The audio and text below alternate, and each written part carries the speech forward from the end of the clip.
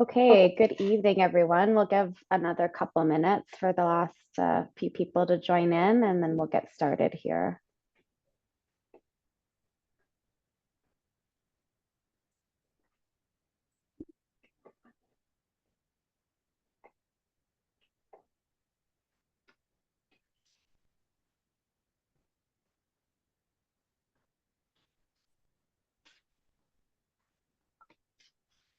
Hello, I'm Nestor from the first floor here at the summit at the SPU unit. Hi, Dr. Blashko. Nestor. Hello, Hi, thanks for joining. thank you. And we have Sharon, are you joining? Sharon, and also we have Emma, Lovely. two of the nurses here at the summit, and we are waiting for Laura, who also is going to join us. Amazing. That's so great. Thanks for joining. You're welcome. Yes, we don't have a camera, do we? Are we on a camera? Hi, this is Serene from the summit. Hi, Nestor. Hi, everyone. Hello. How's it going? Very well, thank you. Good. You Good. all? Good. Thank you. Okay, I think we'll get started. So hello, everyone, and welcome to our Victoria South Island LTCI Learning Series event on opioid use in long-term care. Please feel free to introduce yourself in the chat. My name is Kelsey, and I am the Victoria South Island LTCI Program Manager. I'd like to take a moment to welcome you to our Learning Series event. It is with great respect and appreciation that I'm speaking to you on this very gray and misty day from the traditional and ancestral territories of the Musqueam, Squamish, and Tsleil-Waututh nations that I am fortunate to reside on. Just some housekeeping items. This is a CME event. A certificate will be emailed to you in the next few days, and there will be an evaluation in the end. So please take a moment to complete it. Your feedback is really important to us, and we love to hear it. The event today will be recorded and available by request. So please refer it to your colleagues if you feel like they may be interested in watching as well. If you have any questions throughout the evening, please unmute yourself and feel free to ask away. We, of course, want these events to be interactive, so don't be shy. Feel free to ask any questions that you may have. Last but not least, I would like to introduce our presenters for this evening. So in no particular order, I'd like to start with Dr. Chris Stuart. Dr. Stuart graduated medical school in 2017 from UBC's Southern Medical Program in Kelowna, where he became interested in specializing in underserved populations and addictions. His residency finished in 2019, focused on a combination of acute inpatient medicine and inner city addictions medicine. Since residency, he has come back to Victoria. Dr. Stuart works at Kool-Aid as a hospitalist, as one of the physicians at Safebar Victoria, and is the primary care lead for downtown Victoria. Lastly, Dr. Stuart is the MRP for the Summit Specialized Populations Unit, a long-term care unit dedicated to individuals who need a different level of support, differing from typical long-term care wards due to more severe and active substance use disorders and/or mental health. Next, I'd like to introduce Dr. Alicia Pawluk.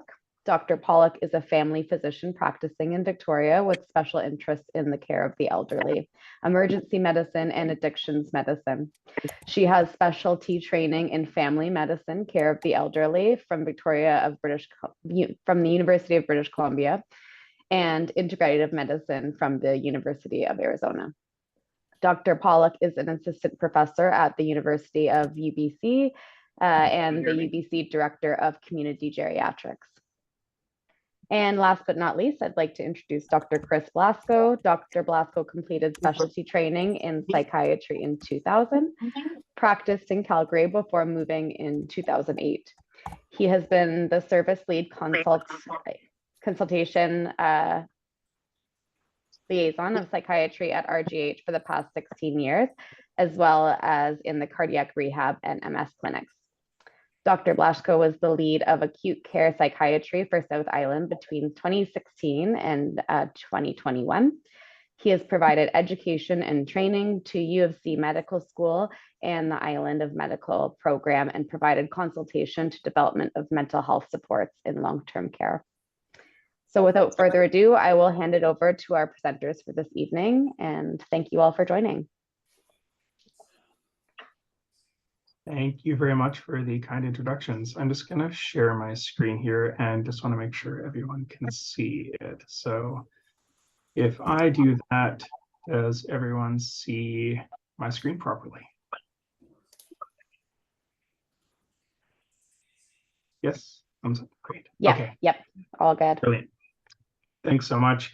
Yeah, really appreciate being here, and thanks to everyone for showing up and continuing this learning series. Just as a quick housekeeping note, just can everyone make sure that they have their microphone?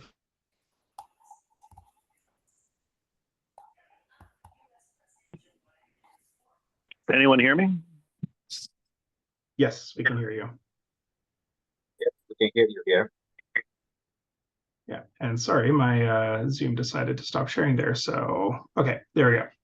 We should be back. Okay, so with the spirit of not being too late, let's jump into it. So I would just like to acknowledge the caretakers of this land since time immemorial, the indigenous.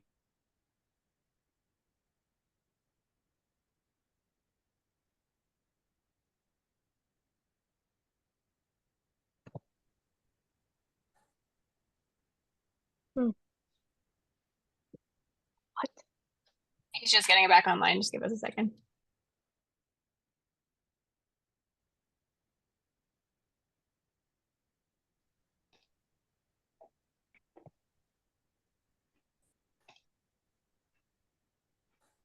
I can't hear.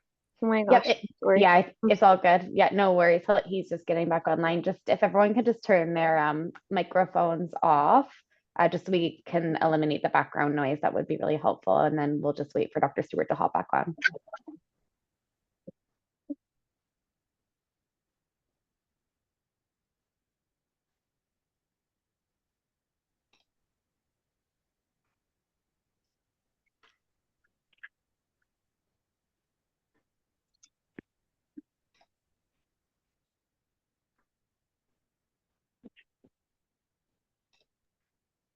Thanks for your patience. Chris's Zoom decided after 3 years that it was going to quit.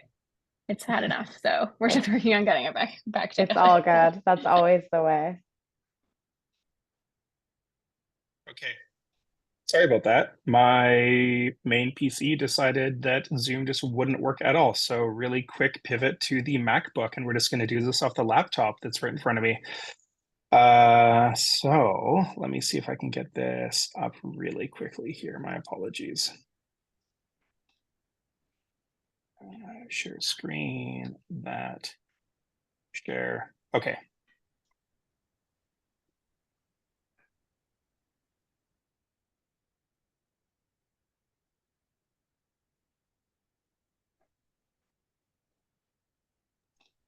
Okay, there we go. My apologies, everyone. All right, so yes, coming into you from the Lekwungen and Wasana People's Territory of Victoria. In the comments, please indicate what traditional territory you guys are from so we can all keep that in mind. We don't have any disclosures today, although I will do a personal disclosure. My sciatica was acting up, and so gabapentin is my friend. I apologize if I am derpy. So in past top,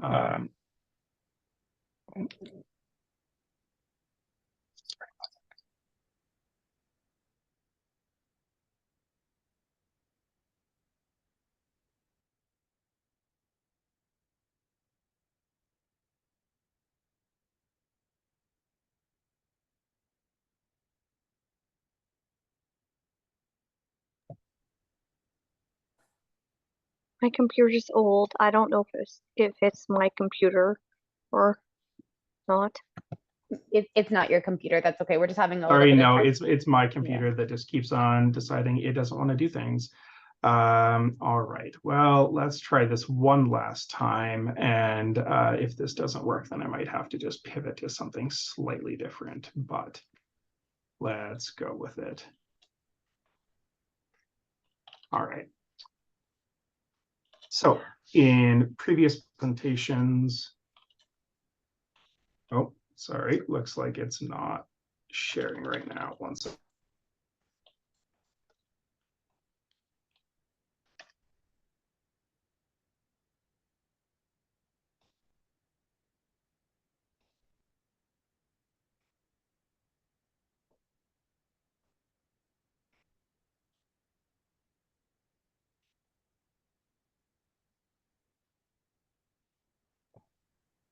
All good.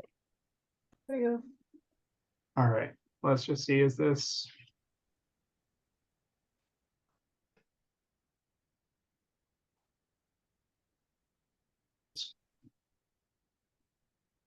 Yeah, my apologies. It just keeps on kicking me off here. So we're just gonna do something different really quickly here. 1 second, sorry.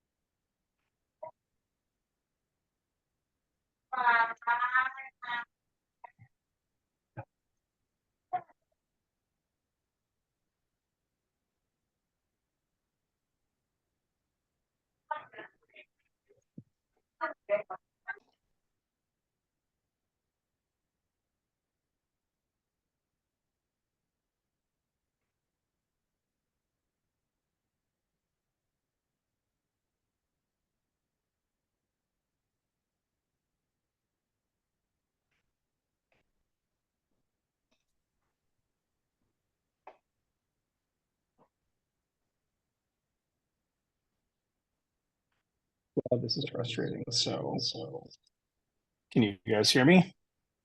Yep, we can hear you, Yes. Chris. All Yeah. right. Let's try this one last time.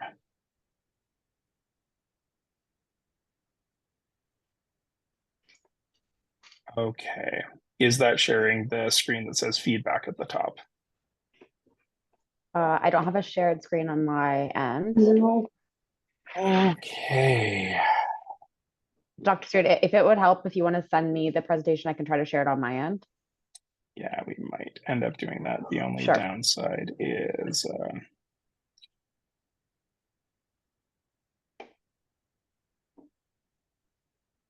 yeah, sorry, let me just Yeah, take it. It's all good.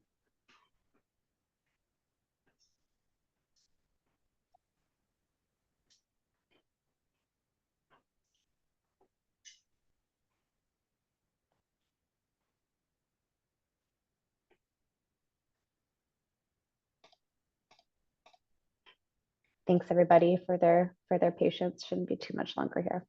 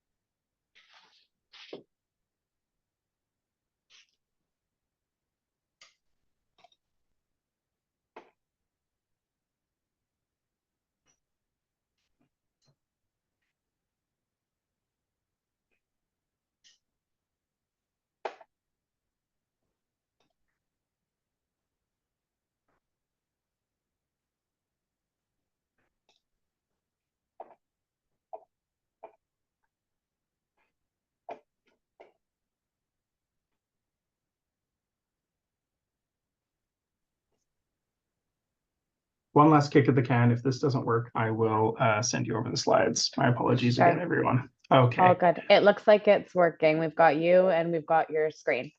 Yeah, okay. Well, we're Let's gonna see. skip through the feedback, which this time is probably gonna say, let's make sure all the electronics work. Okay, we would like to try and keep this interactive. We can do it in the chat, but also if you would join us at Slido, it allows us to get some good interaction going on here. So slido.com/LTC opioids, and join us there. We'll have some interactive things as we go along. Quick, brief recap about what we're going to go through. We're going to go through some background epidemiology, a general approach to substance use and long-term care. We'll have a case that we'll start with, go through some specific interventions. Sorry. We'll wrap that case up. If we have time, I have a second case that is kind of more severe on the opioid use disorder spectrum, but less indicative of what people usually see. And then we'll just summarize and leave some time for a Q&A at the end. So question number one, how comfortable are you at diagnosing and managing patients with opioid use disorder in long-term care? if you would go to slido.com/LTC opioids and let us know how things are going. And also, I'm always appreciative of when people actually interact. So thank you very much. Really appreciate it. I'll just give it a few minutes here, not as long as I normally would, just to make sure that we still have time to get through things. So, But can we, sorry, can we yeah. just like click on it or? You have to go to slido.com /LTC opioids and click on your option there. If you guys don't want to do that, you can always just Oh, comment in like the so chat as before well. this. Okay, thank you. Yeah, or you could do it on your phone as a quick way of engaging just with your phone, Thank but you. you can also just type it into the comments. It's all good. Okay, so about 24 people or so have weighed in. We have a range, not too many folks are very comfortable and mostly fit somewhere in around the somewhat comfortable to somewhat uncomfortable, with a few, 15% of you being very uncomfortable. So hopefully we can try and shift those things towards somewhat comfortable to very comfortable. So one of the things that we've heard back in feedback from the previous sessions is you guys would like concrete, hard and fast guidelines. So thankfully, the Canadian Coalition for Seniors Mental Health has a 2019 guideline series for substance use disorders in older individuals. They have guidelines for alcohol, opioids, cannabis, and benzos. So first and foremost, if you are looking for concrete guidelines that have very clear recommendations in them, there's a good one-stop shop for some pretty darn good guidelines. Some of the things in this presentation are pulled from them, not everything. Some of it's just from personal experience and other sources, but they'd be a great one-stop shop. The first couple of pages of the actual guideline actually is just a recommendation of all the summaries, or sorry, a summary of all the recommendations. So they're easy and approachable. BC Centre for Substance Use has a 2023 update for opioid use disorder and has a big guideline for that. It is about 300 pages long. I have not read the whole thing. I've perused it. It's going to be very dense. If you plan on doing a lot of care in this space, then that's a great resource for you, but it is more dense. So I would recommend the above guidelines. And then just as a little plug, the BC Centre for Substance Use has 2 programs for physicians, nurse practitioners, and then slightly different ones for nurses, RNs, and RPNs. Physician specific, there's a provincial opioid addiction treatment support program. And that includes a preceptorship where you learn to actually prescribe opioids. It's paid well, it's Main Pro Plus credits, and then there's an addiction care treatment online certificate as well, just more general addictions. I would highly recommend those. I've done the POTSAP one myself. It's great. You get paid to do Main Pro Plus CME. How wonderful is that? And I just want to acknowledge we are in a time of strife and complexity around this. BC recently recriminalized use of drugs in public spaces, and there's some shifting island health policies around that. But one quote that I would just like to take directly off the Government of Canada website is acknowledging that as of May 7, 2024, they are granting BC's request to prohibit possession of controlled substances in public spaces, but private residences, healthcare clinics designated by the province of BC, and where people are lawfully sheltering are exempted. So technically, long-term care is exempted from this policy decision. And I think it's something that we all need to keep in mind, although that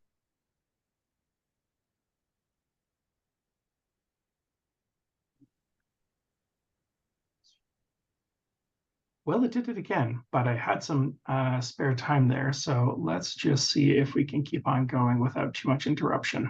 I'm just gonna keep on rolling. All right. So quick recap. Canada's population is changing. It's getting older over time.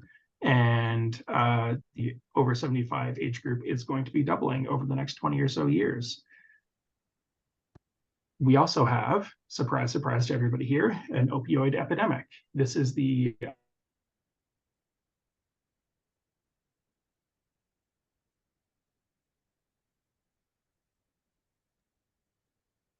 Zoom's going on strike. Just give us a second.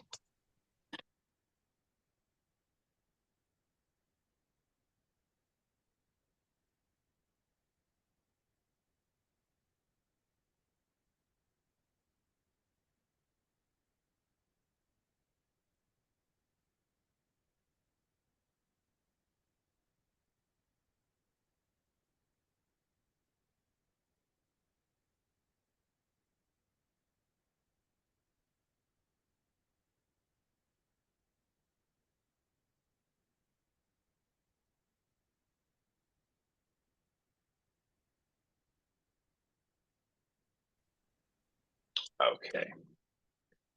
Let me see if I can.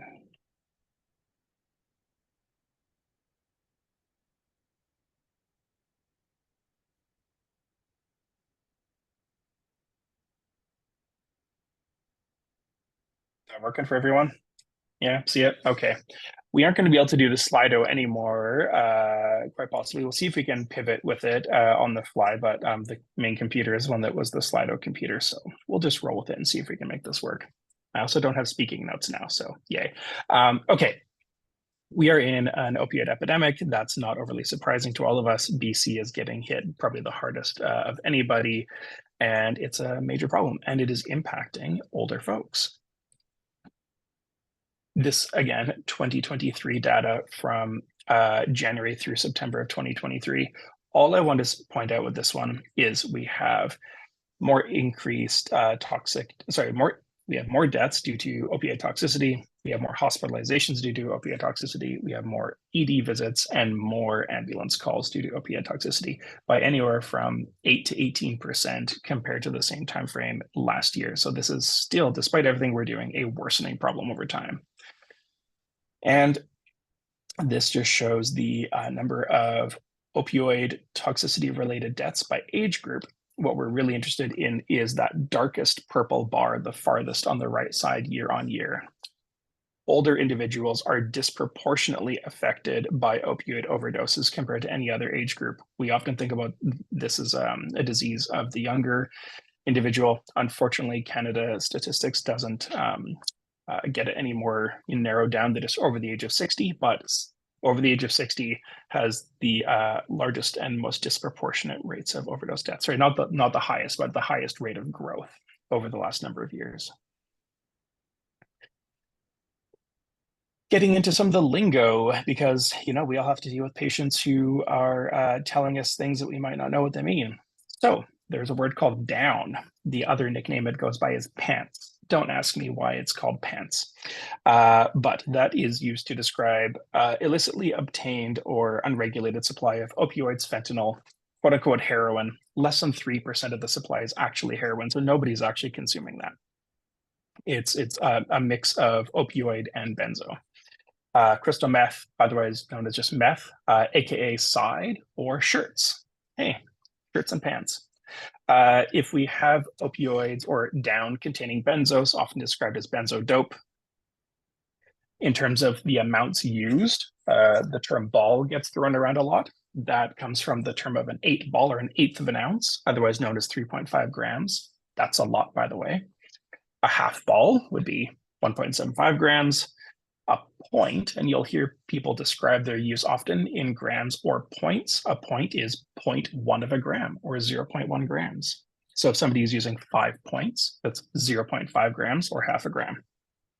And people will often mix how they're describing the amount that they use between points and grams quite freely. If you ever heard of somebody smoking a dragon, that's a half point or 0.05 of a gram. And the term chasing a dragon, it simply means taking tinfoil, opioid on top, combusting it, and using a pipe to try and chase down that dragon, a vapor trail leading up from it. So that's where the term chasing a dragon comes from.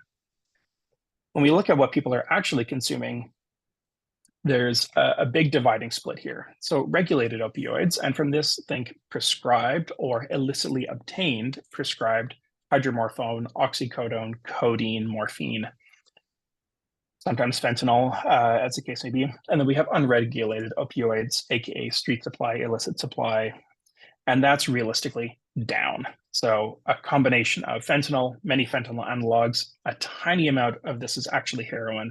Usually it's a slew of opioid combinations, benzodiazepines, other sedatives. And people who use that unregulated supply are more often smoking. So about 70% of users on Vancouver Island smoke their substances, a little bit less in Vancouver, but that number is going up. And IV drug use is getting to be a little bit more of an old school thing, so to speak.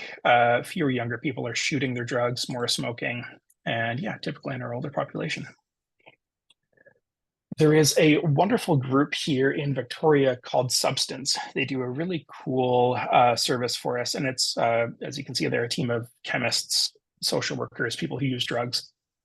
You can bring your supply into them. They have outreach locations. They have locations all over the island. The main one is the physical location of Substance here in Victoria, and they test your drugs. And this is the drug report for the month of May. They do weekly, monthly, and annual drug reports. And all I want to bring as an example or show out of this is in the month of May, the average concentration found across all drug categories that they tested. So the average fentanyl concentration was 20% fentanyl. So whatever people had was 80% filler, 20% fentanyl, or 80% other stuff. And there was a large amount of other medications in there. So 40% of all the samples had benzos. Bromazolam was the most common one. Xylazine is a sedative hypnotic used in veterinary medicine. That was in some of the samples. All I want to show from this slide is the dark blue. It represents samples that contained the expected substance when people submitted them for drug checking. Purple is expected substance plus an adulterant. Say if you expected fentanyl, but you got fentanyl and a benzo of some sort. Pink is no expected substance, only adulterants, and then the beige color is unable to test. So as you can see, a vanishing minority to, in some cases, not at all, are people getting what they expect. Usually it's adulterated, and in some cases, up to 50% of those cases, they're not even getting the drug that they wanted in the first place. They're just getting some random other stuff in there. All of this to say, it is a highly toxic, highly unregulated drug supply out on the street. Out of the 200 samples that they tested in May, only 3 of them were heroin. So 1.5% of the samples. A lot of them had benzos of either unknown types or bromazolam as a fairly common gray zone obtained benzo. There's lots of fluorofentanyl, which is a weird fentanyl analog with variable potency, and xylazine, this sedative hypnotic. Again, it's a wildly toxic drug supply out there, especially from the unregulated side of things. So not good. And this is just a quick exercise in math for all of us math lovers out there. It should just show the opioid tolerance people have who access this unregulated supply. So I mentioned earlier that a ball of down is 3.5 grams. And we mentioned that the average concentration of down in May was 20%. So of that 3.5 grams, 0.75 grams is actually fentanyl. And there's a asterisk there because that's quite a large range. If we work that out, that ball has 700,000 micrograms of fentanyl in it. And that same ball is the equivalent of about 200,000 milligrams of oral morphine. And there's 35 points in a ball. So that means each point is going to be worth about 5,700 milligrams of morphine. So people will often use 3, 4, 5, 10, 15, 20 points a day. So as you can imagine, the tolerance that folks end up having is, it absolutely beggars belief. Sure, some amount of opioid is going to be lost due to combustion. There is a little bit of range in these conversions. I think the actual range ends up being somewhere between 2,000 and 7,000 milligrams of morphine. 5,700 is the average. That was using a whole bunch of opioid calculator tools. So when you are managing individuals who are accessing the unregulated drug supply, the doses that they're using really does shatter the mind. And yeah, it's very, very difficult to kind of wrap your head around. And just in terms of, you know, how much is a lot, right? We're talking about points and grams and all that kind of stuff. So the way I kind of break it up in my head is 1 to 5 points is, yeah, that's a small amount from a street supply perspective. But even a little, obviously, as we just described, is a lot. 6 to 10 points, okay, now you're kind of more of a moderate user. If you're in that half ball range, that 10 to 17 points or 1.75 grams, that's quite a bit of opioid. People who use half a ball to a ball, wow, that is a lot. And then, more than a ball a day. Oh my God, how are you still alive? Is kind of, the way I think about it.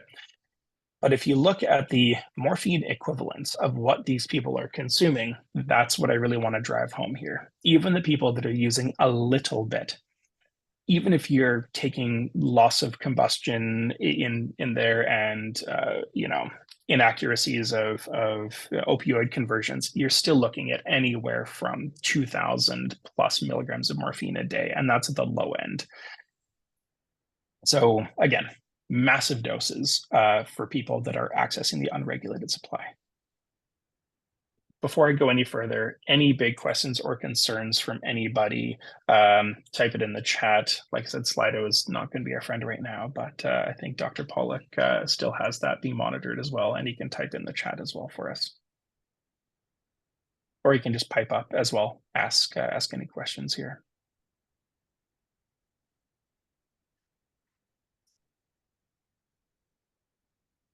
Okay, so we'll go from there. All right.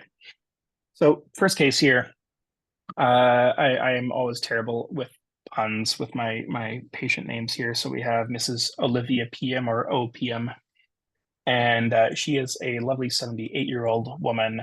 She has a past medical history of hypertension, anxiety. She had a hysterectomy. She has some major neurocognitive disorder and a remote history of breast cancer.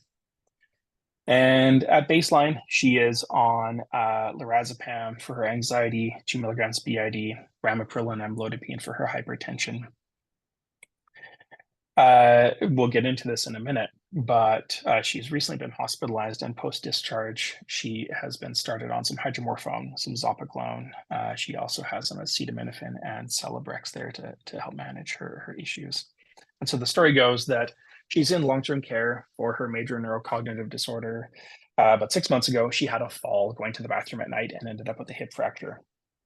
She had a surgical fixation of her hip, and that went pretty darn well, surgically speaking, but she had difficult to control post-operative pain. She really liked her subcutaneous hydromorphone. It was difficult to wean her off of that. And so from a discharge perspective from the hospital, those lovely hospitalists decided to discharge her home on 2 milligrams 4 times a day of hydromorphone. And over the last 6 months, she's been complaining of pain. And so that's been escalated to 3 milligrams 4 times a day, and now 4 milligrams 4 times a day of hydromorphone. And she hasn't had any significant improvement of her subjective pain here. She also had some significant difficulty sleeping in hospital. And so she was given some zopiclone there and just sent home with it because, well, that was easier to do than to do it better. Unfortunately, she's stating that her hip pain is pretty poorly controlled. She's asking for more and stronger pain pills. She's constantly harassing nursing staff and care staff about getting her medication. She's clock watching. She wants them given to her more frequently and early before they're due. She's often quite angry and belligerent with her care staff about this. And this is a massive change from her normal behavior. She's usually very, very pleasant and very sweet.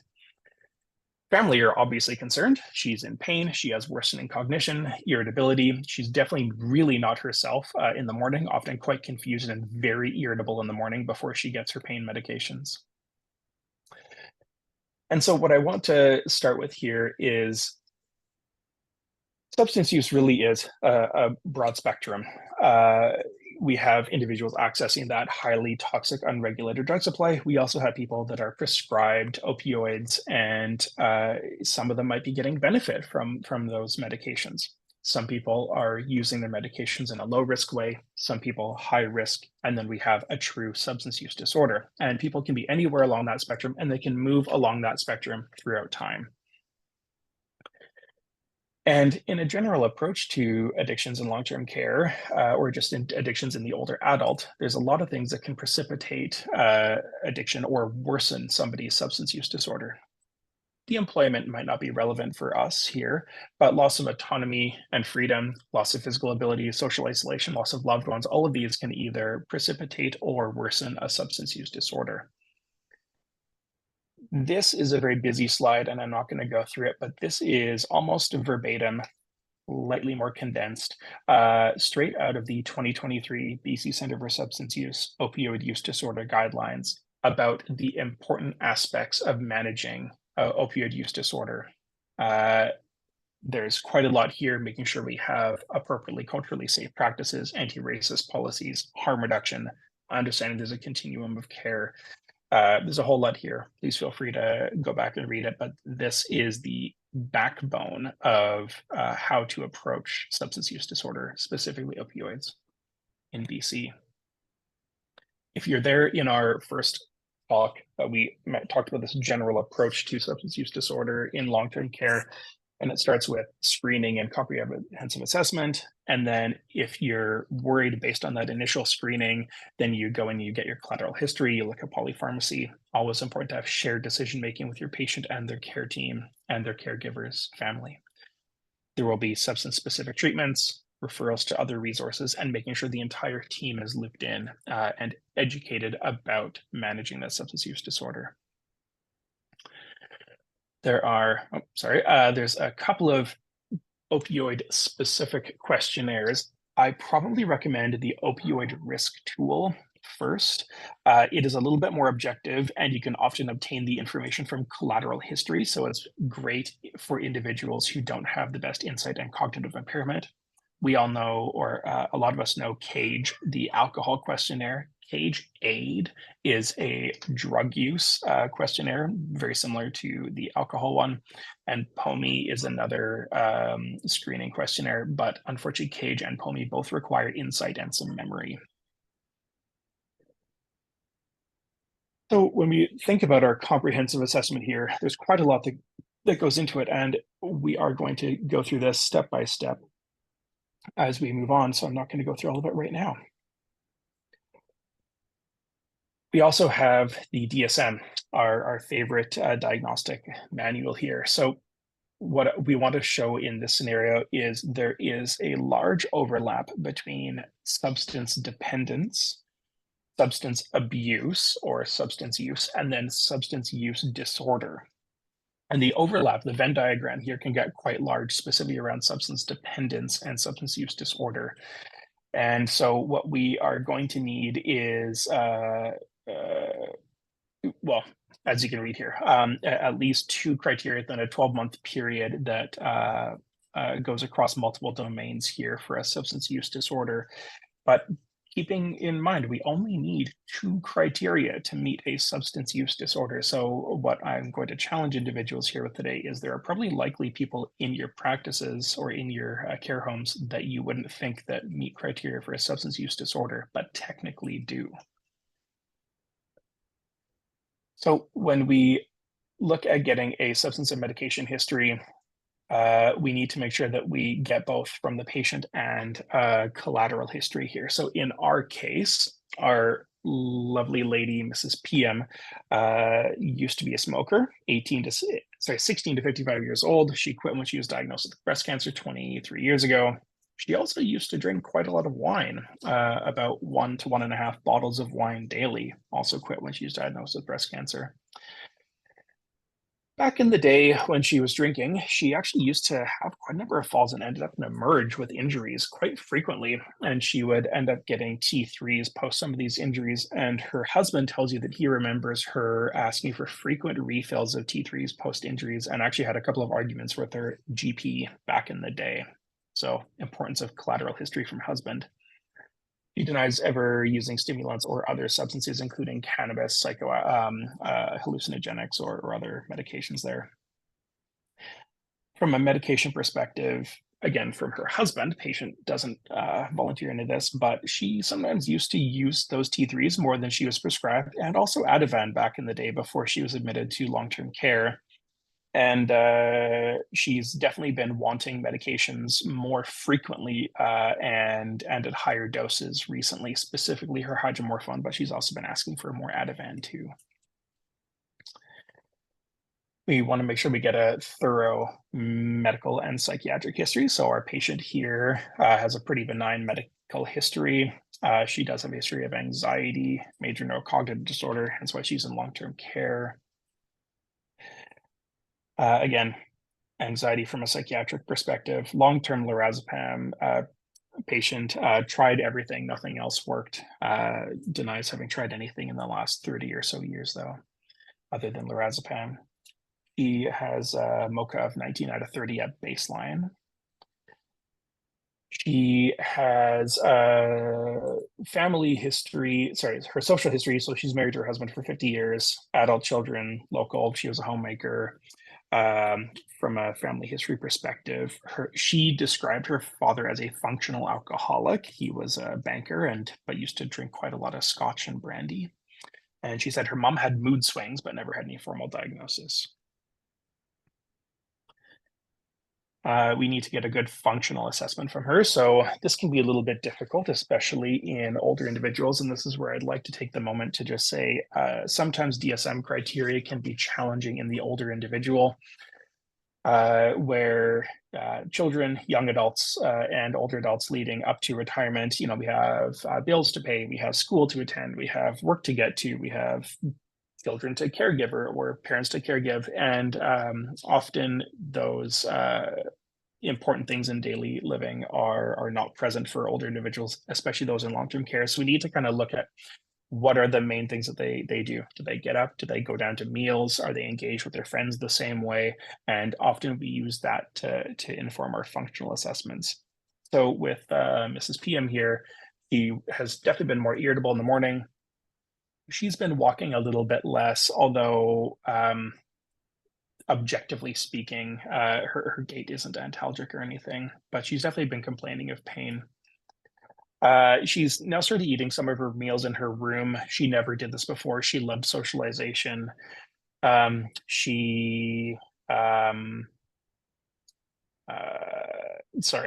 bit of a blank there.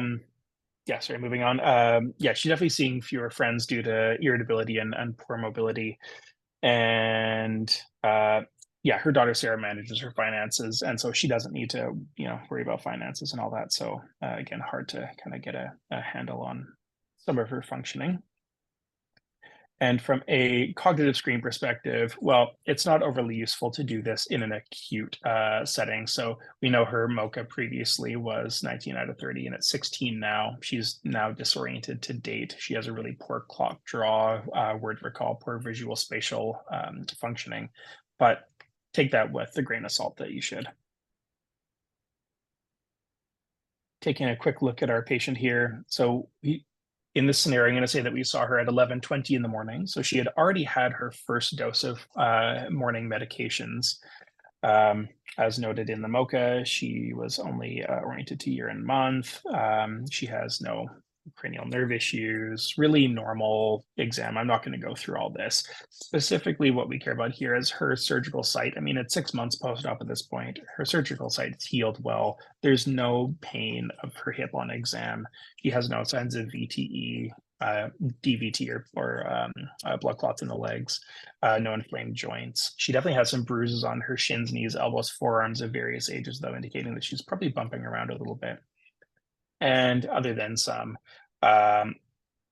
mild tremor, nothing really interesting on a neurologic exam. Her left leg is limited by pain when you ask her to move it against your hand, but if you move it for her, there's no pain there.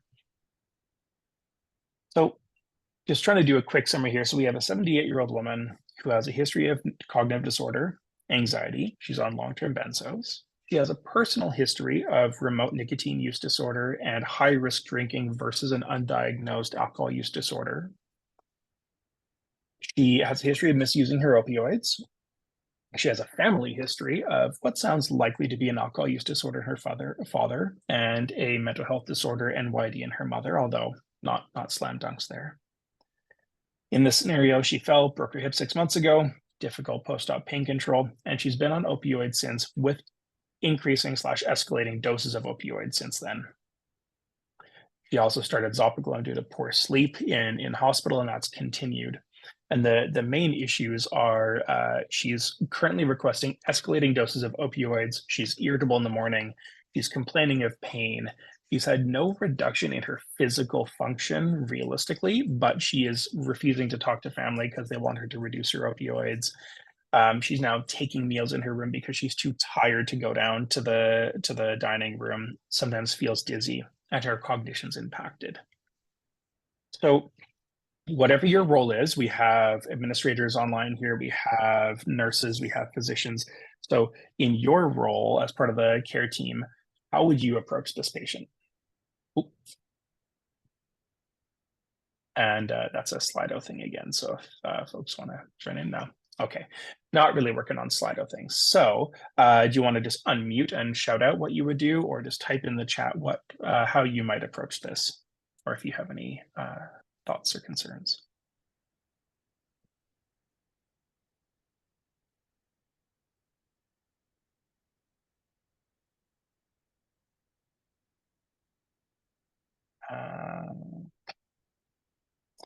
Okay, so somebody had mentioned, yeah, depression screening. Yep, that's a really good one. Yeah. Okay. All right. Well, keep some thoughts in mind there as we move on. So, if we do a quick screening tool, and this is the opioid risk tool that I talked about. So that this is her answers here. Doesn't have a history of depression, sexual abuse. She's over the 45 age range. I won't go through everything, but she scored quite high. I forgot to capture the score at the very bottom here, but she had a what they considered a high score, and she had a 92% chance of having aberrant use. So again, we just go back to our general approach. So we're gonna get a little bit more information here, and we're gonna make some recommendations. And yeah, feel free to, again, type in the comments there. Unfortunately, we don't have Slido open. Oh, we do have Slido open already now. Sorry, Dr. Pawluk was just telling me that. So yeah, in Slido, you can type in what parts of the patient's presentation might make you a little bit concerned about substance use here. And, oh, another question. Which of the following best describes the patient's substance use? Okay, so getting back to this DSM picture that we had before. So blue boxes are things that might be concerning and we would want to think about, and red boxes indicate things that we can pretty objectively say. So in this scenario, we have a patient who is using larger amounts or for longer than expected, red box for that. And she is now having social/interpersonal problems due to use. So in this scenario, she actually meets criteria for a substance use disorder. We might not think of this kind of person as having a substance use disorder, but she technically does. I do want to acknowledge the screen for depression is a great point there. That can absolutely have significant overlap. We'll say that we did a screen for depression and she didn't meet criteria for that. And then there's all these blue boxes that make us just think about what else is going on. Does she have an increasing tolerance? Technically, the tolerance question is supposed to be around an unregulated supply. But that being said, she does have an increasing tolerance to prescribed opiates over time. We don't know if she's having a withdrawal syndrome, but she's really irritable and often confused in the morning. So we definitely want to keep that in the back of our head too. She's giving up activities. Does she have cravings? She's certainly asking for her medications much more frequently and getting annoyed when she doesn't get them. So clear as mud in terms of many of the criteria for substance use disorder, but she does technically meet 2 of those criteria. Treatment principles. So really important for anybody, but especially for individuals of advanced age. We need to make sure that we actually have a full explanation of findings to the patient and their caregivers and family members. Don't be cagey about what you're concerned about. Be optimistic and open. Older individuals have a much better outcome with respect to substance use disorder than younger individuals do. They respond to medications well and the psychosocial things. We definitely want to reduce polypharmacy. She's on benzos, zopiclone, opioids. Opiate agonist therapy is something we probably should be offering her. There's an argument to be made against this, and we'll go through that. We're going to assume, just for teaching, that we are going to do that. We definitely need to have some shared decision-making with the patient and her care team and loved ones. What are the goals here?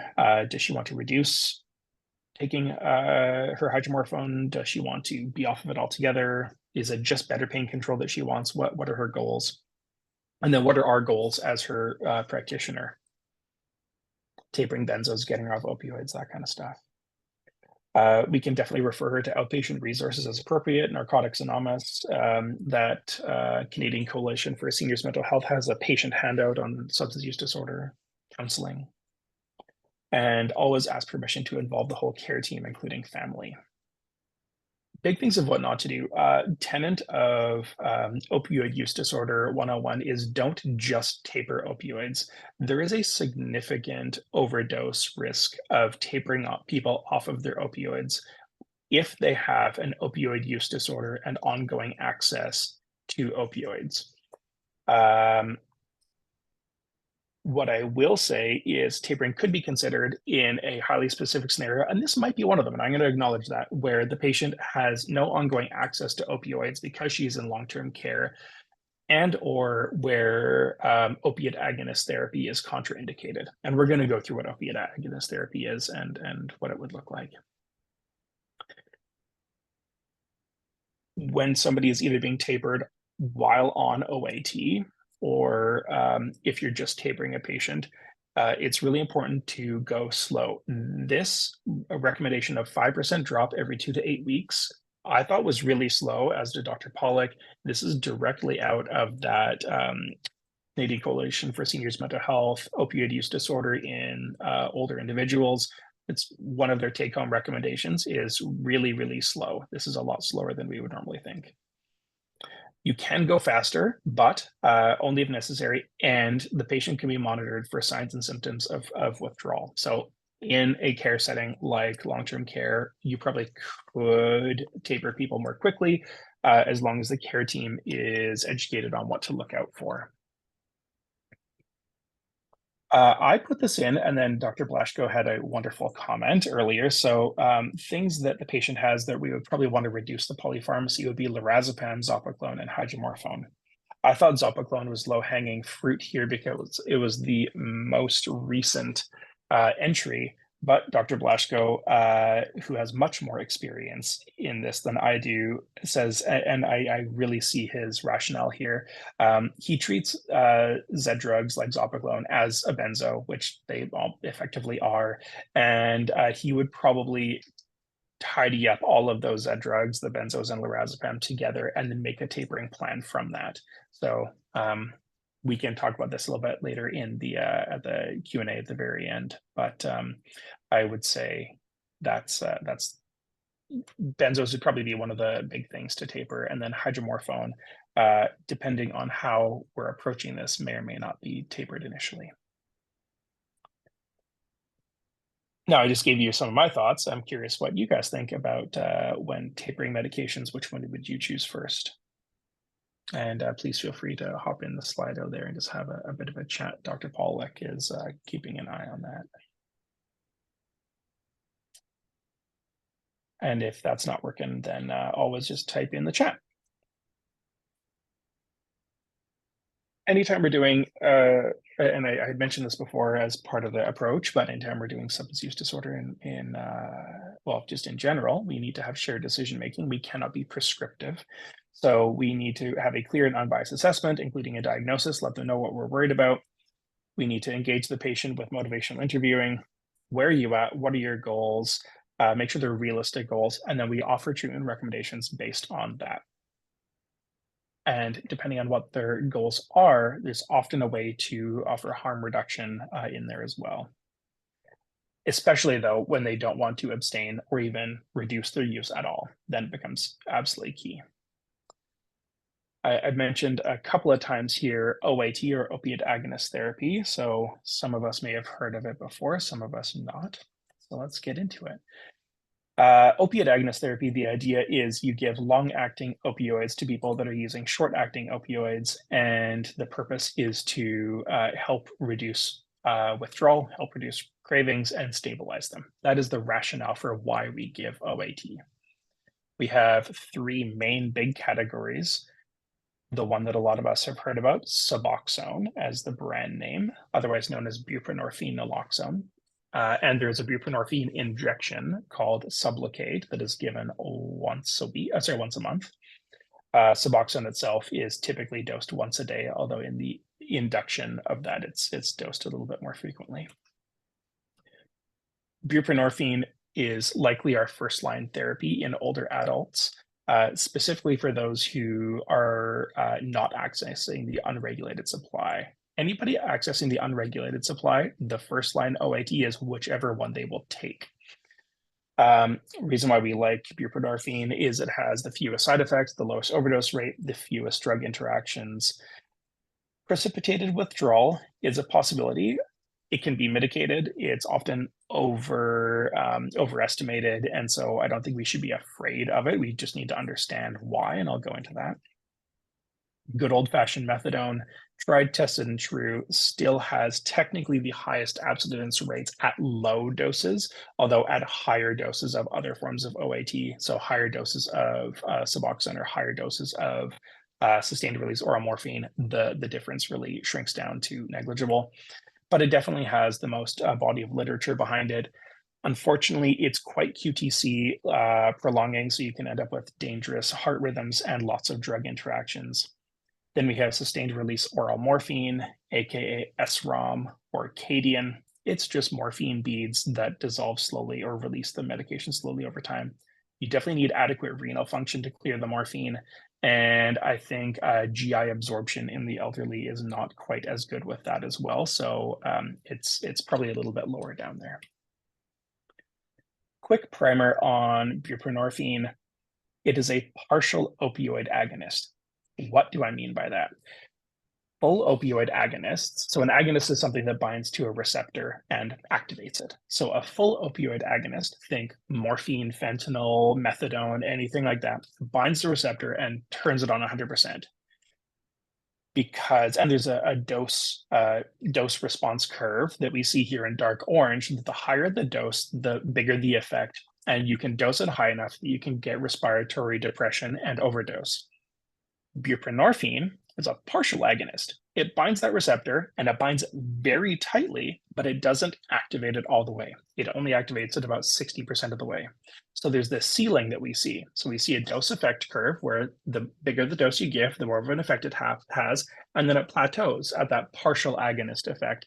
And you cannot realistically overdose somebody on buprenorphine. It just won't activate the receptor enough to do that. But what it does do is it binds that receptor really tightly, and it prevents other opioids from getting on, or it can also kick other opioids off. That's how it causes precipitated withdrawal. So let's just say you had hydromorphone on board, full agonist, bound to your receptor is turned on to 100. You take buprenorphine in the form of Suboxone, and it enters your bloodstream, and it binds that receptor really tightly, and it kicks off that hydromorphone, but now your receptor is only activated to 60%. That feels like withdrawal. That's what causes precipitated withdrawal. Naloxone does not cause precipitated withdrawal. It is not absorbed sublingually. It is only there to prevent this medication from being used through an IV route. So if anyone ever tells you naloxone is what causes precipitated withdrawal, they are incorrect. You can start buprenorphine in two ways. There's a traditional withdrawal-based way and a microdose induction. We will go through those. There is an injectable option, every 28-day buprenorphine injection called Sublocade. It can be great. Really quickly, again, precipitated withdrawal occurs when a full agonist is replaced with a partial agonist. So when say morphine or hydromorphine or methadone is replaced with buprenorphine, buprenorphine is realistically the only partial agonist that we prescribe regularly. The receptor goes from full activation to partial activation, feels like withdrawal. And I've already said that. You really have two options of what to do if you give somebody precipitated withdrawal. And we can go into this a little bit more in the Q&A at the end. The gold standard option and the option that you would like to do is keep on going, push through. It sucks, people feel absolutely terrible, but continue with the titration and you manage those withdrawal symptoms. Clonidine, acetaminophen, anti-nauseants, NSAIDs, loperamide. You really try and manage those opiate withdrawal symptoms, which tend to be irritability, nausea, runny nose, diarrhea, GI pain, aches and pains. You can stop it and manage the withdrawal symptoms and either call it quits or try again later. And I'll go into what I mean by try again slower or higher cows in the future. Ideally, we don't do that, but that is an option for sure. Cows. Dr. Pawluk's not a big fan of cows, and not the really cute ones, this one. It's just not all that validated of a tool, but we use it all the time anyway. It's a way of measuring opioid withdrawal. It is highly subjective, but a lot of the literature uses it anyway. The recommendation is, and you can see this in the bottom right corner, it tells you what the scores are. Greater than 12, so 13 to 24 is considered moderate. So if you're going to be doing a traditional buprenorphine induction, you want somebody to be in withdrawal, and we'll get to that, pardon me, in a moment. But that's where cows can be useful. This is a busy slide. I'm not going to go through it in detail, but this is directly from the BC Centre for Substance Use. And it is their traditional Suboxone or buprenorphine induction. Basically, at the top, you wait for somebody to be in withdrawal. If you give it to them before they're in withdrawal, we get precipitated withdrawal. But if you wait for them to be in withdrawal, so there's no opioids or few opioids binding those receptors, and you give them the buprenorphine, then they feel better. They're not kicking something off to cause withdrawal. You can give them an amount of buprenorphine, say 4 milligrams up front. You wait about an hour, see if things get better or worse. If they get really bad, that's precipitated withdrawal, and you manage it the way they show here with those same medications that I talked about. If you still have some symptoms, but you're not really terrible, then you give another 2 to 4 milligram dose, and you wait 1 to 3 hours, and you just repeat that cycle until somebody feels pretty darn good. That's your day 1 dose. Day 2 dose is you take the first day dose and you say, well, how are you feeling the next morning? If they feel great, then great, that's their dose. If they still have some withdrawal symptoms the next morning, then you give them day 1 dose plus anywhere from 2 to 4 milligrams. And you just see how that goes. And every day you do the same thing. How you doing on day 3? Feel great? Great. Day 2 dose is your dose from now on. Oh, you still have some withdrawal symptoms? We give you another 2 to 4 milligrams and we see how you do on day 4. Realistically, in long-term care, we're probably not going to be putting our patients into opioid withdrawal and causing florid delirium. It does have a benefit of being fast. You can get to a therapeutic dose on day 1. Cons can cause some precipitated withdrawal. You can actually, well, you're just giving people withdrawal by doing this in the first place. So it kind of sucks, but it's fast. Microdose induction. So the pros of microdose induction is no precipitated withdrawal, and you can keep using the opioids that you're on as usual. The cons are it takes about a week or so to get through it, and you can feel a little bit off during the week. And the rationale for a microdose induction of buprenorphine is you're giving very, very small amounts of buprenorphine and you're increasing it very slowly. So you are kicking some of those opioids off of the receptors every day, but such a small amount that it's not causing terrible withdrawal. And so you might feel a bit off, but you don't have that terrible feeling. And then once you have a therapeutic dose, which is typically 12 milligrams and above, you can just stop whatever other opioids you're using, because at that point, in theory, all of the opioid receptors in the body are covered with buprenorphine, bound really tightly to those receptors, so other medications like morphine aren't getting onto them, and then you just stop it, and patients don't even notice. Yay. One thing I will say, this titration schedule, again, is directly from that 2023 update for opioid use disorder from the BC Centre for Substance Use. This is where, flipping back and forth between guidelines can get a little bit complicated. The guideline for opioid use disorder in older adults does recommend reducing your initial dose and going slower, though. There's very little data about this in older individuals. So what I will say is consider starting at a lower dose and titrating more slowly. So my version of this might be something like this. You start at 0.5 milligram on day 1 and you slowly build up. Oh, I just realized I missed a couple of colons in there, sorry. But you slowly build up, and maybe by the end of day 10, you're at your 12 milligrams. There's many right answers here. This is just one example of a slightly slower version than this one from BC Centre for Substance Use. So yeah, that's a quick and dirty on Suboxone microdose induction. I just want to mention that there is a subcutaneous injectable buprenorphine dose. It's called Sublocade. That's the only version of it that we have in Canada. Individuals have to be stable on anywhere from 8 to 24 milligrams of buprenorphine a day for a minimum of 7 days. We kind of cut that a little bit shorter for some of us that are really comfortable with it, but by the guidelines, that's what we do. You have 2 doses. There are 2 dose strengths, 300 and 100 milligrams. They're dosed 28 days apart, minimum 26 days, max 42 days. And basically the first couple of doses you give are 300 milligrams. The third dose moving forward is 100 milligrams. If people are still having some withdrawal symptoms or acute pain, you can add on a little bit of buprenorphine on top of that.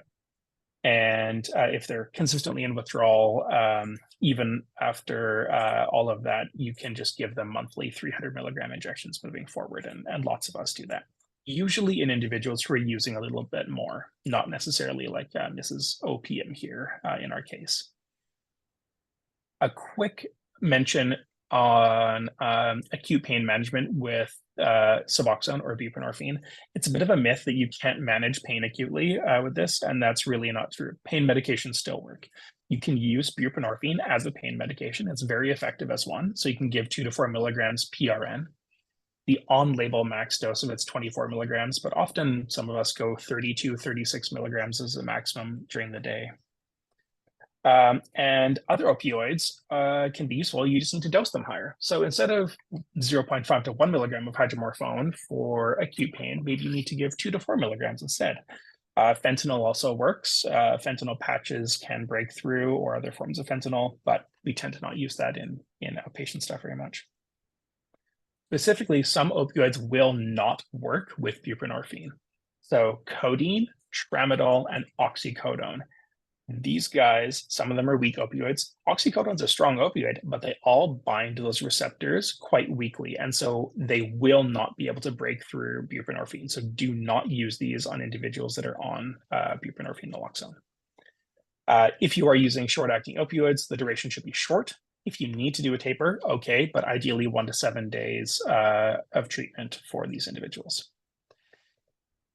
Quickly, in methadone, there's a lot of brand names: methadone, Metadol, Methadose. We often use this in older individuals for pain at lower doses. I'm sure a lot of us have done this. We need higher doses for OAT. The dose range is very huge with this, and it really just depends on what the tolerance is for the individual that we're treating. Anywhere from, say, 10 milligrams or even lower to 300 plus milligrams if QT allows it. Bonus, it does have liquid or tablets available. It's one of the only ones that has a liquid option. It's kind of difficult to swap opioids around with methadone. It has a variable morphine equivalent range as the dose changes, so there's no set conversion ratio. It has really complex pharmacology and metabolism. It binds opioid receptors, and it's an NMDA receptor antagonist. It's a serotonin and norepinephrine reuptake inhibitor. So it's quite messy of a medication, and it has a wildly variable half-life, anywhere from 8 to 59 hours. So yes, it is useful. It's been around since the dawn of time, but it definitely requires some more consideration. And lots of hepatic metabolism, CYP enzymes that it can interact with other medications.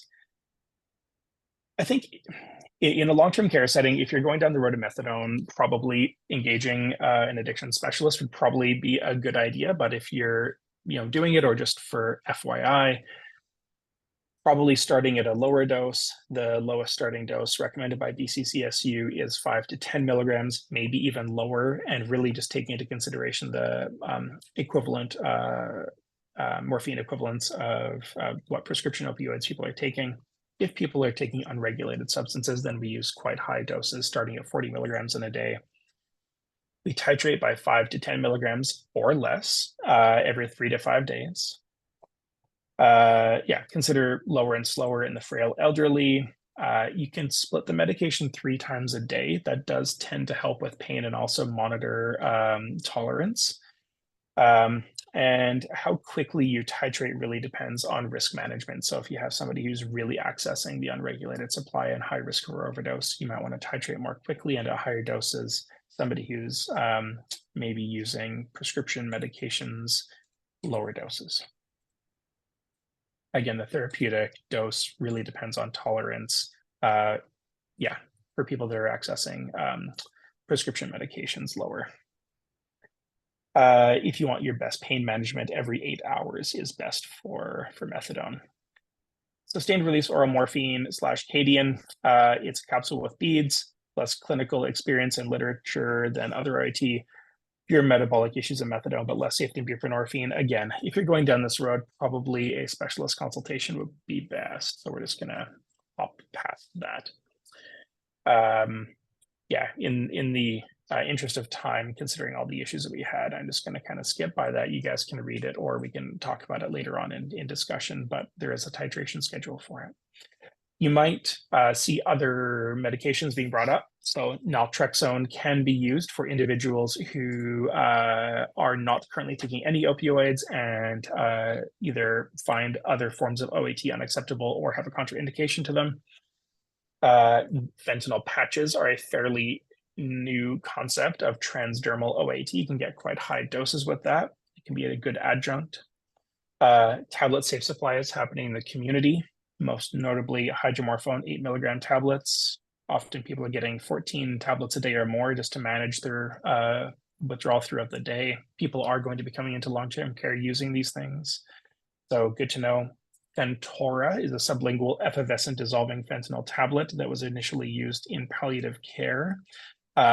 It's a way of dosing BI twice a day or 3 times a day sublingual fentanyl. Again, that is starting to be used in the community.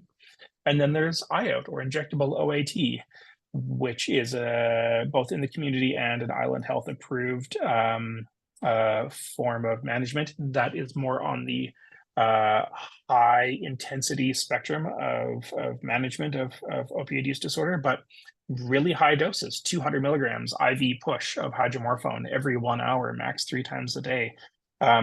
Big doses, but again, remembering people have really big tolerances. In the interest of time, I'm going to kind of skip over harm reduction a little bit here, which kind of makes my heart hurt. But I just want to point out that our goal here is to reduce harms and not just give patients whatever the heck they want. A lot of people hear harm reduction and just think that we're throwing pills at people, and that's not the case. If the prescribed meds are causing harms, sometimes we taper them. That's not giving people what they want. It's the opposite. And sometimes we need to add on medications or switch them, whether that's adding on OAT, switching lorazepam and zopiclone to diazepam and doing a taper, that kind of stuff. But sometimes we also need to give them supplies and education to learn how to use their substances more safely in the setting where people don't want to stop using. Big contentious issue here, safe consumption sites and long-term care. It might become a human rights issue at some point, sooner than later, but people are allowed to use their unregulated opioids in their homes. Long-term care is a home, and we don't have a great setup for that right now. So I'll be happy to talk about this in the chat at the end.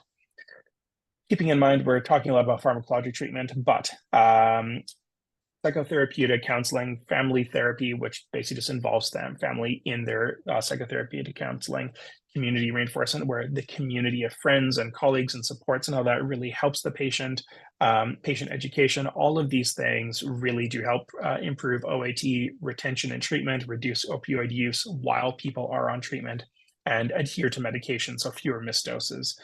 Things like Narcotics Anonymous have good evidence, and there's actually quite good evidence in traditional healing practices being used in conjunction with OAT for individuals who identify as Indigenous or traditional Chinese medicine or in many other forms. So getting back to the case, this is OPM. She and her family do agree to try something different for pain. So in this scenario, again, we could make an argument that we could just taper her off because she doesn't have access to opioids in another way. For the case, we're going to say that we try a buprenorphine microdose induction over 10 days, tolerates it pretty well. She's really angry at the idea of tapering lorazepam, I believe. Take it from my cold dead hands is the term that came up. In that one, you might want to live to fight another day and make one big change at a time. That being said, I think I had said maybe consider tapering down the Zopiclone and then trialing some mirtazapine to help with sleep and anxiety. We can talk about this a little bit more in the discussion at the end, but Dr. Blashko at the beginning of the presentation before you guys all came on said, hey, maybe considering wrapping that Zopiclone up again in with the lorazepam and either doing a formal lorazepam or switch to diazepam and do a taper there.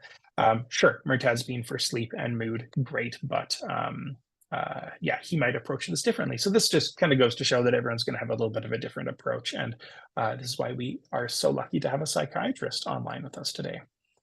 So yeah, hey, in the case, she tolerated the buprenorphine microinduction well, and because of the magic of buprenorphine, we didn't need to worry about an opioid taper. We were just able to stop her short-acting hydromorphone at day 10 with no ill effects.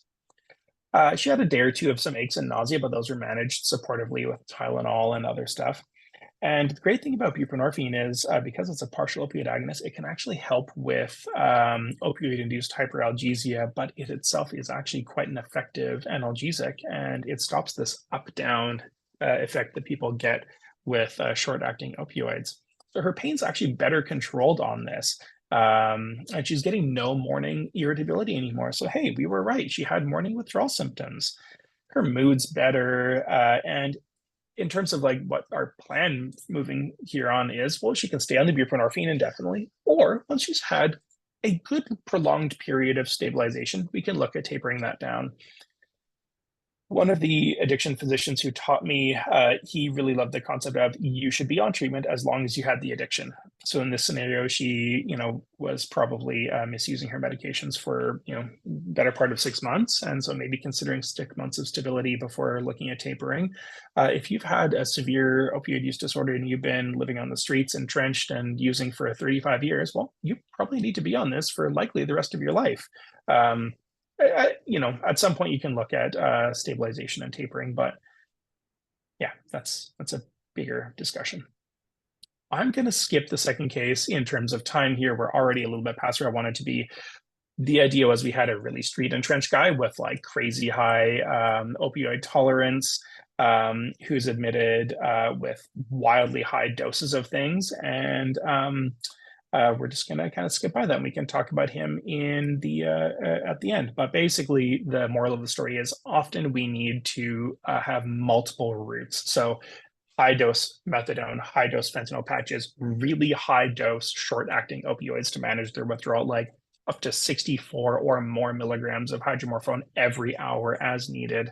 Again, these folks have an opioid tolerance of like more than 100,000 milligrams. Yes, you can overdose them, especially when they have acute medical issues going on and they have respiratory compromise. But at baseline, the biggest risk is underdosing them and then going out and using. So really quick summary in a nutshell, individuals with opioid use disorder. Everyone should get a culturally supportive, non-judgmental care. You should get screening at every major health and life event, whether that's going into long-term care, breaking your leg, whatever it is. When you're looking, if you've screened somebody and you're concerned about a substance use disorder, a comprehensive assessment, including collateral history, is really important. Joint decision-making with the patient and their care team. More often than not, I think a lot of people shy away from this, but we should be offering OAT for basically anybody who has opioid use disorder. Again, with that caveat of if they have no ongoing access, you could look at tapering them. We really want to reduce polypharmacy for that respiratory sedation and fall risk. There's lots of non-pharmacologic support, including therapy. Educating patients and the care team is extremely important. Harm reduction discussion should happen with almost everybody, but especially those who are going to continue using, especially an unregulated supply, and engage family and other supports. For patients who have a low tolerance, so we're talking about like Mrs. PM here, just taking some oral hydromorphone, buprenorphine naloxone is our first line, start low, go slow. For people who have a really high tolerance, that unregulated supply, whatever OAT they will take, that's the one that you give them. Engagement is number one. That is the life-saving intervention. People have phenomenally high tolerances. I really want to drive that one home. They may need multiple agents, multiple opioids for multiple different routes, and then other agents as well. So your gabapentinoids, NSAIDs, et cetera. And they need to be able to access their supply safely. So that's harm reduction right there, and safe consumption sites. Again, bigger discussion on that one. I'm trying to sandwich in the guidelines here. So this is a patient handout from that Canadian Coalition for Seniors Mental Health. Again, Canadian Coalition for Seniors Mental Health has great guidelines. Look at them, use them. They're great. BCCSU has the other big guideline, and this is literally copy and pasted out of an email from me. There is that addiction care and treatment online certificate and that provincial opioid addiction treatment support program. Say that 5 times fast. Both of them are main pro plus credits for physicians. Both of them get paid very well to do it. Do them, they will change your practice, and that you're getting paid to do CME that you need to do anyway. Okay, I've been talking a lot and too fast, went over time due to issues. Please fire off Q&A. Shutting up.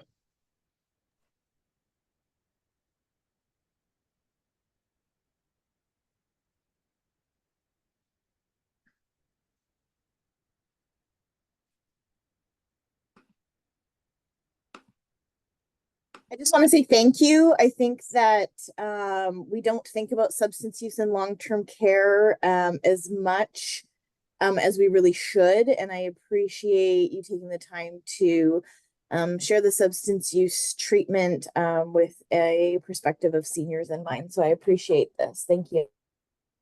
Thank you.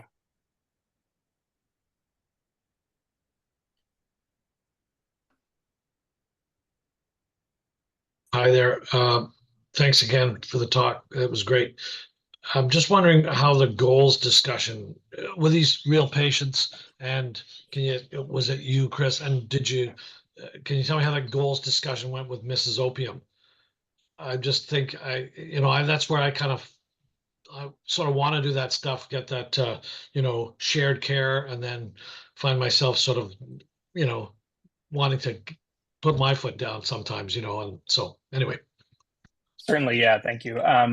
So yeah, this is influenced by real cases, and a couple of them, but not one specific. But in this scenario, the conversation went something along the lines of starting with that, letting them know that you're concerned about, that they technically meet a diagnosis for a substance use disorder. That will really surprise a lot of people. Let them know what you're concerned about from their health, why this is important to you. So it could lead to falls, for the hip fractures, cognitive decline, and let them know what your concerns are and why you're concerned. And then say, I would like to do whatever it is. I would like to start a medication that eventually will probably manage your pain a little bit better, and we can get you off of these things, and maybe consolidate some of your other medications. How does that feel to you? And you'll probably end up with this back and forth dialogue and ask, what their goals are in terms of, how does that sit with you? That's the quick version. I'm sure Dr. Pawluk and Dr. Blashko have other suggestions, but yeah. Well, that's great. Thanks. I had a question just regarding harm reduction. Looking as recently people were allowed to utilize the substances, and with that exception that goes to long-term care, it's kind of a two-part question. I'm kind of wondering how the balance is maintained between people's right to consume in their own home and the right for risks when it comes to other residents in these facilities as well as the workers. I'm wondering, is there when these start to open up, is there going to be a responsibility to the employer to ensure that there's proper safeguards in place before the consumption is utilized? That's a really good question, and is mirrored in the kind of concerns and debates happening with the hospital patients right now. And so currently, and actually the last few years, it has been decriminalized. So this is not necessarily a new thing. I would never advocate for patients to be using substances on site, in terms of it's much safer for them to be using safer supply or what we're providing them. And that's a very important discussion to be had. That being said, we've had multiple overdoses on site at long-term care in the last little while, and some that were very close to fatalities. So it's a balance of all of those things. Personally, I would encourage larger facilities to think about things like safe consumption sites, because then that separates the ability to reduce harms with the ability to reduce harms for people who are not using substances. So that's a good option. That being said, because a lot of people on the island in general inhale substances or smoke substances, that's a lot harder said than done, because you need all these air intake and air exchange qualifiers for WCB. So it's a really good question. I think there's a balance that needs to be had. Generally, I'll let Chris take the one about how Summit's been going so far. But yeah, it's a question that's also being mirrored in the hospital, so we can also take some advice from them as we go forward. Yeah, I'll just weigh in really quickly. So I think the recriminalization of this is really heading in the wrong direction, unfortunately. The more hidden this has to be, the more risk there is of care practitioners stumbling across something inappropriately. If this is open, people are allowed to do it, they're given the right supplies to do it in the right space to do it. That's how we create safety around this. Long-term care facilities and other facilities need to plan with construction that includes, as Dr. Pawluk said, fume hoods and ventilated rooms and that kind of stuff to allow people to smoke and use their substances. If people want to inject, they need to have clean needles and a safe space to do that in. And if it's more open and part of the dialogue and part of the plan, it goes better for both patients and care staff. So unfortunately, we're in a really difficult situation where, we're creating these spaces to house and care for these people, but it was not intelligently designed from the get-go, and so we don't have those spaces. So at the summit, yeah, those don't exist. We're trying to cobble them together, but that needs to be part of the planning from day one. And yeah, it's a big issue. Sorry, just to speak one more time to that. I will say I'm a little bit biased because at the summit we have noticed that there is inhalation issues that have been recognized by other patients, as well as workers as well, who have actually now have to go home sick because their asthma is triggered, et cetera, et cetera. So I guess I'm just wondering, like, is there any kind of accountability? Like, I recognize that it's a very difficult balance, but is there any way of moving forward that we can actually keep the other people safe while meeting other people's needs? Like, is there any kind of responsibility to make sure that safeguards are in place before continuing to go this route? Like danger pay. Yeah, it's Dr. Blashko here. Yeah. So I've had the fortune of having many discussions with our management and some of our leads. And right now, the one thing I'm going to say is it's all reactive. We are really amidst a new set of problems within the opiate and substance use crisis. Previously, it's considered to be a Pandora or Lower East Side problem, but we know now it's in people's homes. It's across every spectrum of the socioeconomic classes and everything. And now it's evident in long-term care.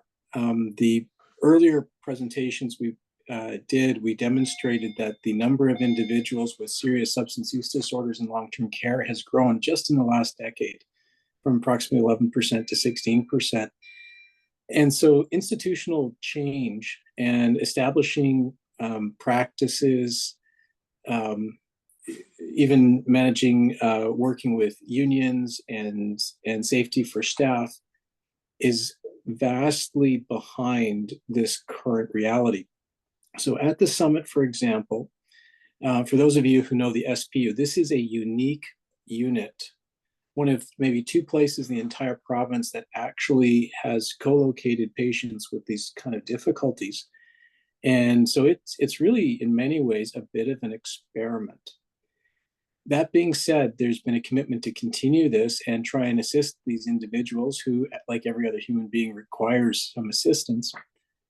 But we still are trying. We learned at the summit that we actually need a smoking area in the building and that's a place where patients can congregate, and some are using, some are smoking cigarettes, and trying to keep them from engaging in some of these challenges on the front lawn. So I'm thoroughly impressed by the efforts that the leadership in long-term care have done to try and make it work. There's discussions about can there be support for making a safe consumption zone in another part, including all of those necessary safety precautions. However, our country, and I don't know if any country is prepared to have dealt with this in this kind of setting. So I think these are really, really important questions. But I also want to just indicate that nobody's been really thinking about serious substance use disorders in long-term care. And now it is a real live problem that is starting to have a higher level of populations, which will continue, hence why we're trying to educate. So I think there's a long way to go. And I think we need to continue to work with our unions, our safety regulatory people, and our leadership, and try and be aware, though, that this is not something we're going to be able to avoid. I see one of the questions too is echoing that in terms of marijuana use and cigarette smoking use, tobacco smoke. There's lots of other substances that probably need the same safeguards for staff. Like I can imagine someone who's smoking very heavily right next to the doors to a facility or someone's window could also trigger asthma attacks or unpleasant kind of symptoms in other patients. So addressing this kind of as a holistic approach, including the health authority, including WorkSafe, including unions, and making sure safety is involved, is actually benefits like a wider range of patients than just people who are using like opioids, for example, right? So I think there's a really, at least maybe this is the thing that needs to highlight that we can't just have people like smoking outside the doors, Yeah, thank you both. I also just want to go back into a question Sherry Steves had asked a little while ago about why are we thinking that there's going to be a rise in high use to long-term care. So this kind of went back to, I think, the first talk that we had. There is a shifting demographic in Canada. People who are entering, especially owned like Island Health or provincial owned and operated long-term care, that demographic is shifting. So as the baby boom generation gets a little bit older, they tend to have more resources to mobilize. And we've seen this happen over time. And the plan for them is to stay home longer and or access private long-term care a little bit more. The people who are coming into publicly supported, owned and operated long-term care is shifting to this lower socioeconomic status, more highly complex population. So not only is our population increasing, not only do we have this rise in substance use, we have a rise in a highly tainted, unregulated toxic drug supply, but we also have a shifting population in subsidized long-term care that is shifting towards a lower SES, more high medically and mentally complex population. And talking to, as Dr. Blashko was saying, some of the managers and executives that have been in long-term care over the last 20 to 25 years, they've already noticed that shift. It's happened, and it's been happening for the last 5 to 10 years, if not longer. We're really seeing a lot of that right now, but that's why we're really trying to drive this home, is that population is shifting, and we are getting more of these folks in long-term care. I see that Ariane has very patiently had her hand up.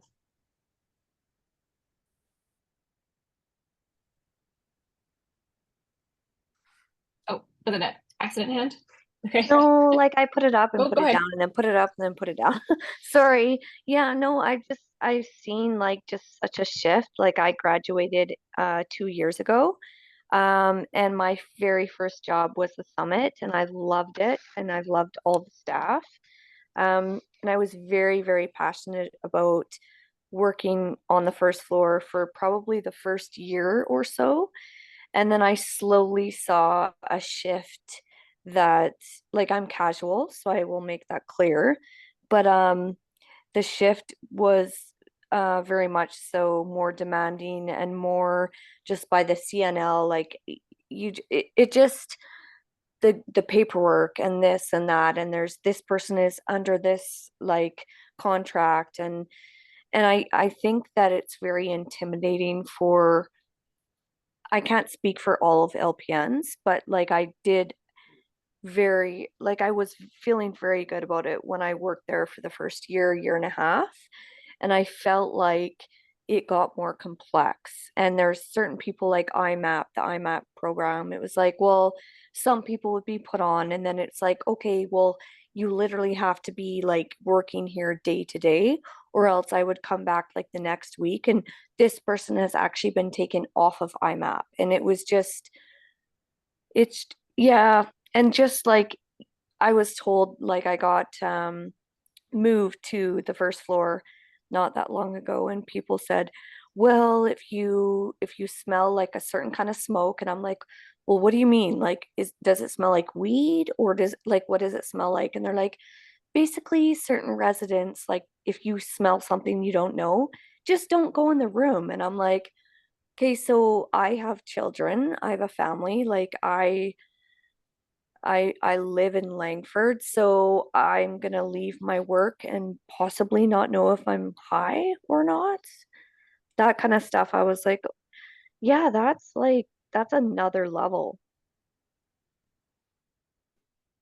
Yeah, I think you've highlighted a lot of the concerns that exist, right? And how complex it is. And as Chris mentioned, it's, an experiment. And I think that care staff should all be requesting education as much as they can, but also holding their management and the health authority accountable for their safety as well, right? There's another level that we can help support. But I agree with you. I think there's all these different things that are constantly changing. And I see that Chris Blashko's had unmuted himself. I was just going to say that this is really part of the challenge as well, because we're not only dealing just simply with somebody who uses substances, we're often in our unit dealing with individuals who have personality disorder, have been street entrenched, and not really always mentally capable of really discerning how to utilize safely. So this is where this particular unit and why we co-locate the clients there is to try and concentrate this, because if we have patients sprinkled throughout long-term care and this continues to happen, we're affecting wider swaths of both public and staff. So I think we have a lot of work to do to really help, particularly individuals, as you described, as staff who feel vulnerable. And I think keep talking to the management. We need to refine our plans. And one of the real challenges is these folks really don't have anywhere else to go. So it's a dilemma. And just keep things going, and don't be dissuaded by some of it if you can. And we're just trying to help it. Thank you both a bunch. And I want to weigh in a little bit, and also actually Trang just mentioned there that it sounds like the risk of hazards is still unknown to healthcare staff, the population, and substance use. Yeah, I think that's a big one, right? We don't know is the big issue. There's also unfortunately a lot of stigma around this, and there is a lot of fear. So well-respected colleagues and friends have interacted with people who use substances and gone to help them and touch them, and then felt afterwards like they had been exposed to opioids and felt very lightheaded and woozy. That doesn't happen. The mechanism really isn't there, at least to the majority of our understanding. And I've certainly, in working with Kool-Aid in single room occupancy housing sites, I've been in rooms addressing acutely unwell people while their partner is, 3 or 5 feet away, sitting there smoking their substances. As a side note, it's a little bit more meth is more of like a sickeningly sweet smell. So that's more of your meth, and opioids, well, kind of harder. Yeah, it just kind of smells like a funky tar kind of gross smell. But anyway, sorry. And so to Ariane there. So the transdermal absorption of fentanyl by touching somebody who has used substances, that doesn't get you high. A fentanyl patch, which has a high concentration of fentanyl, and it takes hours and hours to build up, realistically days to build up to a high dose. So that's one thing. So touching people, and then being in a room with people who are smoking, certainly it can impact us, but we tend to not be unsure if we've been impacted. They're quite strong substances that people are using. We really don't know the safe doses, the safe levels, and that's what makes a lot of fear. But being nearby people who are smoking may or may not have a significant impact on your health. And I see you don't agree, so that's fair, and I understand there's a lot of complexity here. We had one last question about what types of substances and routes, and then some about smoking marijuana. Part of the harm reduction approach for this is I would always, in an ideal world, prefer my patients to be using substances that I'm prescribing. And that way I know what routes they're taking, preferably things that are not impacting other residents. So things like Fentora or fentanyl patches have no impact on people in the room. It's, like ingested or transdermal for that patient. And it's a lot more predictable than them using their unregulated substances. So for marijuana, we have not great options in Canada for synthetic prescribed marijuana. But there are other options that we talked about in the first talk about things like oils or gummies or things that don't impact other people. So, technically vaping nicotine might be a bit less impact than tobacco. It's all about the harm reduction. How can we help people around them? It's really hard to address things like people being offered substances. Just like it'd be hard to kind of regulate that on the street, but it's something that as things change, we'll need to be really mindful of. Just knowing that people that are in long-term care by nature are vulnerable, both physically and perhaps from a psychiatric perspective. And so we need to make sure that everybody is safe, right? We don't want to be creating unsafe environments for others and people who work there. I also see Alexander Verzal had their hand up, although not anymore. I did, and I just put it in the chat. Everyone, I'm calling in from the Coast Salish territory in Central Island, and I work for the Addiction Medicine Substance Use Program within Island Health. And I've just put the harm reduction at Island Health email in the chat. If anybody wants to know more about Island Health PPE requirements, room entry protocols, initiatives that are happening, risk mitigation strategies within our Island Health and other initiatives that may be coming up, including supervised consumption within Island Health, I'm happy for you to reach out to that email and it'll get filtered through the right people. Sometimes that's me. So just wanted to let everybody know from Island Health that there are resources available. And I know when you're working frontline, it's hard to peruse the intranet, but it is available, and happy to answer some of those questions through that email. So thank you. Thank you very much for that. Really appreciate it. Okay, so I just want to acknowledge, due to technical issues, we did end up starting late. We are going late. Thank you to everybody who stuck around. I know Dr. Blashko just said he had to sign off there. Before we sign off, any last questions from folks? Again, I know it's a charged and difficult topic, but anything else?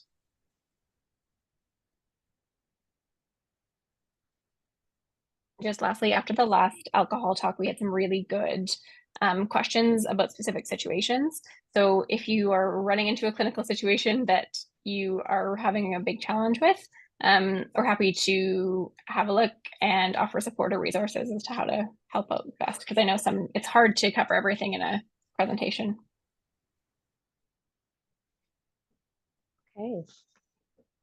All right, guys. Well, huge thank you to Dr. Stuart, Dr. Pawluk, and Dr. Blashko for your knowledge and your presentation this evening. And thank you to all the attendees. And please fill out the survey if you can. The feedback is really valuable to us, and we hope you all have a good evening. Okay, bye-bye.